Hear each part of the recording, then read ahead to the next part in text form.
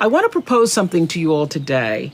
I want to propose that you resolve something very powerful, to love who you are right now.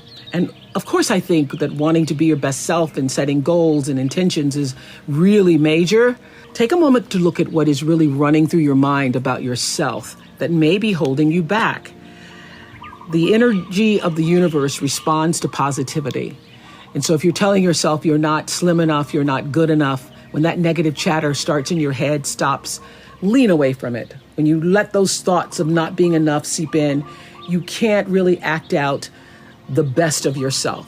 So your actions must be in alignment with all the goodness and strengths that you know to be true about yourself. Life is like a wave, and you ride it through the ups and downs, the steady times, and then you anchor yourself in the storms. A mistake is a life experience designed to move you in a different direction.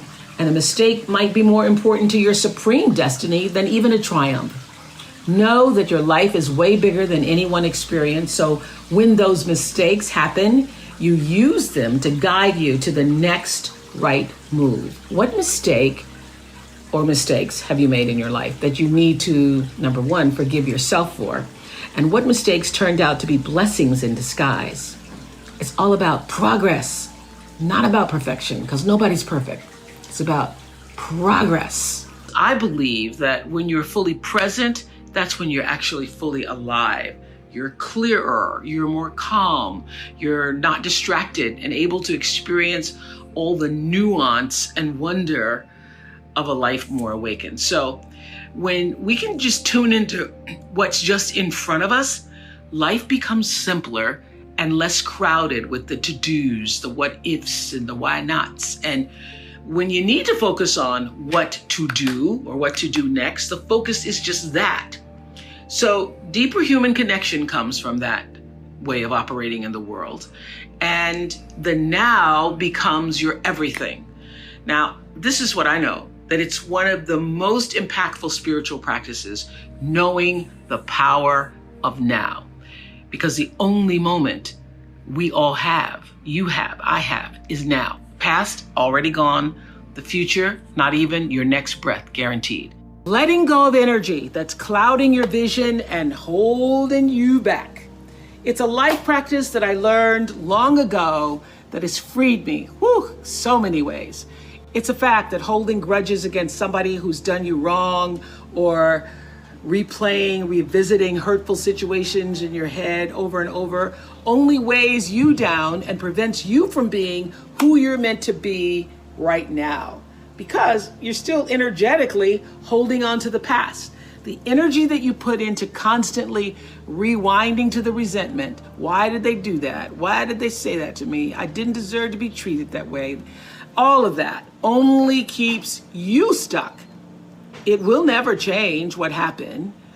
You've got to press stop and reject the urge to keep replaying so that you can then fast forward into the now for yourself. You know, a lot of people think that holding on to things that disempowered them is going to somehow magically turn it around. You have to release the notion, give up the hope that the past could have been any different. And you also must release the idea that people would do what you might do in any given instance. This is a big one. I had to learn and relearn before I actually got it. Expecting people to do what you would do in a situation only leads to your disappointment, not theirs. They're going on with their life. So let people be who they are, and either you accept it or you don't. Not doing that keeps you stuck in a circumstance that actually costs you time, costs you energy. And I can guarantee that oftentimes the person on the other side of the bitterness you're holding on to, they're not even thinking about you. In fact, they probably have just moved on. They certainly aren't obsessing the way you are. Think of it like letting go of any bad habit that just doesn't serve your well-being. Not an easy task. Taking the road to a more enlightened, healthy existence never is. So this is what I want to ask you to ask yourself. Why am I holding on to this? How is this serving me? And really think about the answer. Maybe it makes you feel validated. Maybe it makes you feel righteous. Or maybe taking on the pain is your way of recognizing the injustice so that even though it won't be made right, it can at least not be forgotten. It's very difficult for me to even see myself as successful because I still see myself as in the process of becoming successful. To me, successful is getting to the point where you are absolutely comfortable with yourself. And it does not matter how many things you have acquired. The ability to learn to say no and not to feel guilty about it, to me, is about the greatest success I have achieved. It's the same thing that prevents you from being abused as a child, that prevents you from being abused as an adult, that allows you to build success for yourself. I will not be treated this way. I demand only the best for myself. You are worthy to say no. That it's okay if you say no. It's okay if you say no and then people don't like you. That's really okay. The important thing is how you feel about what you're doing, how you feel about yourself. It's a long struggle, though. It's a long struggle. And I'm just hoping that, in the work that I do on the show and the speaking that I do around the country, and that young people who are watching this can get the lesson sooner than I did. Because it's painful, because you keep repeating it over and over and over until you get it right. And what I found is that every time you have to repeat the lesson, it gets worse. Because I call it God trying to get your attention, the universe trying to get your attention. So we didn't get your attention the first time, so we're gonna have to hit you a little harder this time. So I'm still doing it, I'm still learning.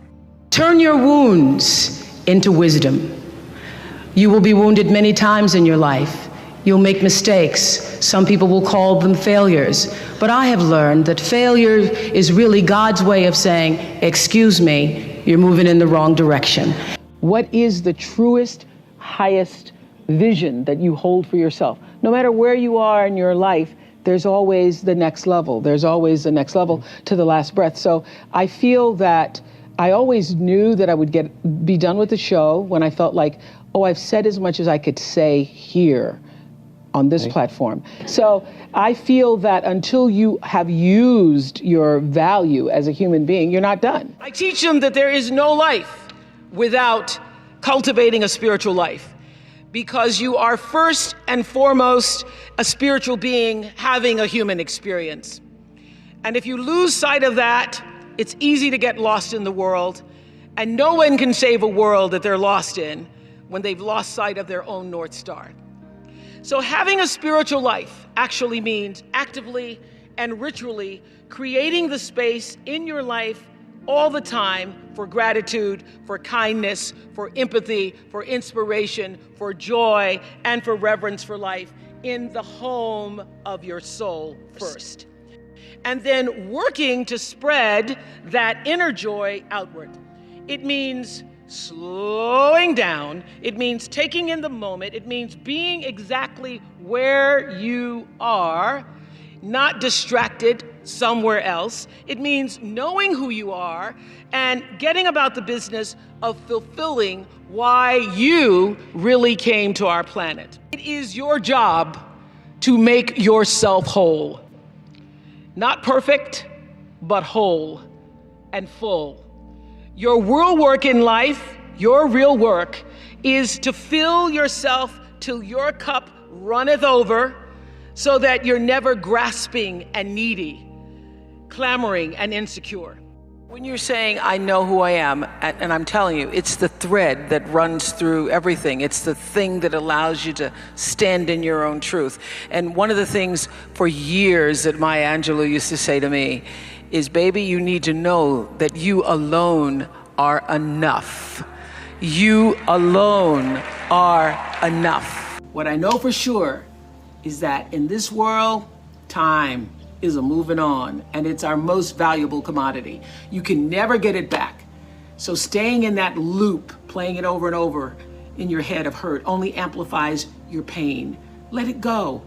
Exhale, make room in your heart for something that is uplifting. Surround yourself with people who want the best for you. You have the ability to shift the DNA of your spirit and control how you perceive life. So why not lighten your load and let it go? Living integrity means living in a way that honors your truest self. It's doing the thing that you know you're supposed to do. My friend Martha Beck says that deep down, we all know what makes us happy and how to create your best possible life. And that knowledge is actually coded into your very nature. But I also know how challenging it can be to listen and trust your own inner voice, especially when you feel the pressures of what everybody else thinks you're supposed to be doing. You're supposed to get married. You're supposed to stay married. You're supposed to have a baby. You're supposed to have a picture-perfect home. But here's something that I'm hoping you all will realize for yourself. Sometimes it takes doing the things that people or society say you're not supposed to be doing to find out what is true for you. What are you really supposed to be doing? For example, at the very beginning of my career, some of you have heard this story, I worked as a news anchor and reporter in Baltimore. It taught me a lot about life. And during that time, I knew I wasn't being my authentic self. I didn't like doing the news. I just didn't like it. But the voice of my father, who thought he knew what I was supposed to do, and even my own voice saying, wow, this is an important job. My father was saying, don't you give up that job, girl. You're making $25,000. You're never going to make that in 1 year. So eventually, my bosses let their feelings be known. They took me off the news and put me on this local talk show called People Are Talking. And when that decision was made at first, I thought it was a demotion. But after one day on that talk show, I felt so energized and so fueled. I knew that I had come home to myself. And that's what living integrity, even in your work, feels like. So trust me when I say that only you know what that feels like for you.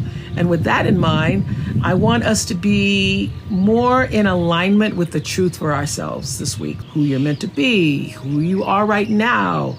What have you been waiting and wanting to do?